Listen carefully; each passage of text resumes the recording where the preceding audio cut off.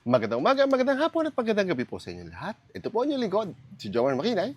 And today, we'll be reviewing one of the most beautiful units that I have held.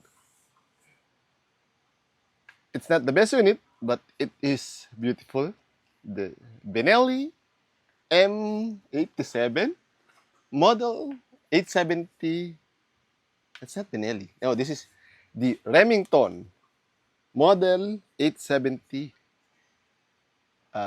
soft air gel slash foam dart, not gel blaster, blaster, shotgun. It's, it's, I'm speechless. It's nice, very nice. Quality, it's a nylon and metal parts, and it's good nylon. Look like the, what's the name of that one? The Terminator using this one. If only it can do reloading here, it will be much cooler, but it's fine. It's an actual pump loading shotgun. So if you pull here, load, fire. And then, oops, I reloaded far too many. You, there. It uses actual shells that you can put foam gels, BBs, foam darts. No, this is the foam darts.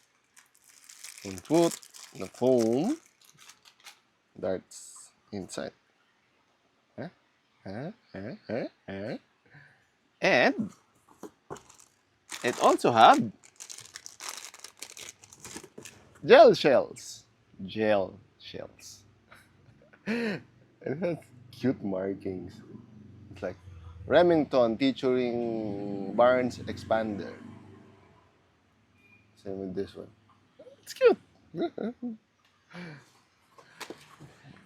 So just pull and let me try it again. Oops, that fell down. Sorry, there's an error. So you can also load it like an actual shotgun. If you open it sideways, oh, right here, sideways, you can load it like this. Then close and then fire.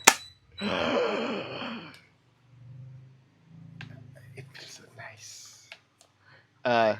This is a very sturdy mag pull with, I'll show it later, mag pull grip that has M-lock rails, M-lock attachments. When it comes to trades, that's a lot. So I like it. Let's see, Remington 870, Magpul, MAGPUL, Magpul without the logo. Magpul Moe 870. And warning, is use only the intended shells. If you're a cosplayer, I don't know who uses a shotgun. Terminator? Who else? I actually don't remember. You can put it down in the comment section down below. If you pull it, it will eject the spent shells. Load, shoot, and then it will lock. It's so cool, but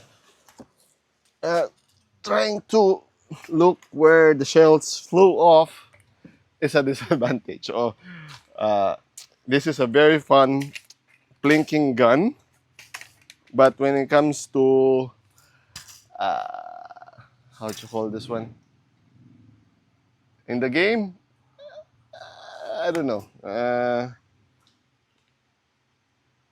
It's easy to buy this one, so yeah.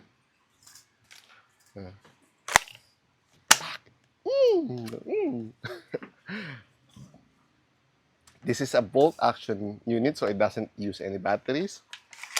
So that's a real plus or a cons depending on how you look at it. Capacity, if you use the gel shells, you can put several. Uh, and that's also a disadvantage. Technically, this is the barrel length.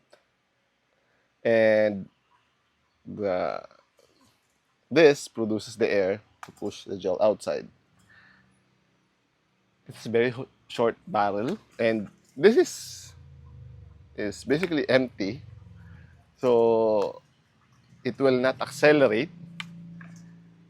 Therefore, it has really bad FPS. 20, 30. Uh, the gels cannot accelerate. So what you can do is put a lot of gels here and traumatize someone.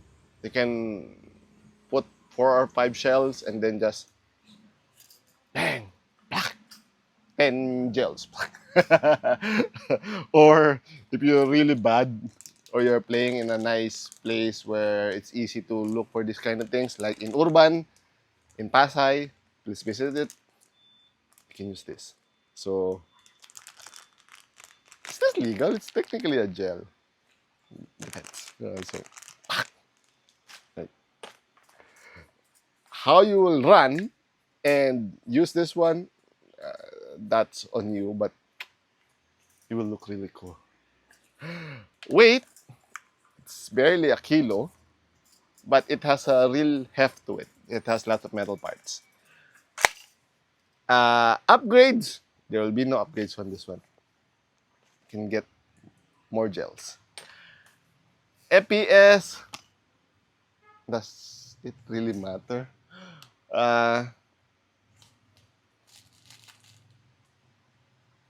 Gel shells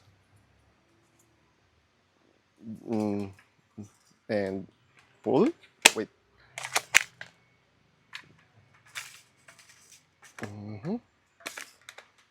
And I don't think it will be that high, but it's better to know than nothing. And the FPS is 68 FPS. It's a typical, what do you call that one? Typical foam dart. So the range will be, it will barely hits the 10-meter mark. So don't expect much. It's the coolness factor for this one. Price, I failed to ask. Look at the link in the description. As far as I know, this is the last unit from our #1 Budol, the one who keeps buying unique stuff, Hydro Blasters, MNL. Link in the description. If you want to avail another one, keep pestering her and she will get reorder the next batch. And maybe I'll add it in my collection next time.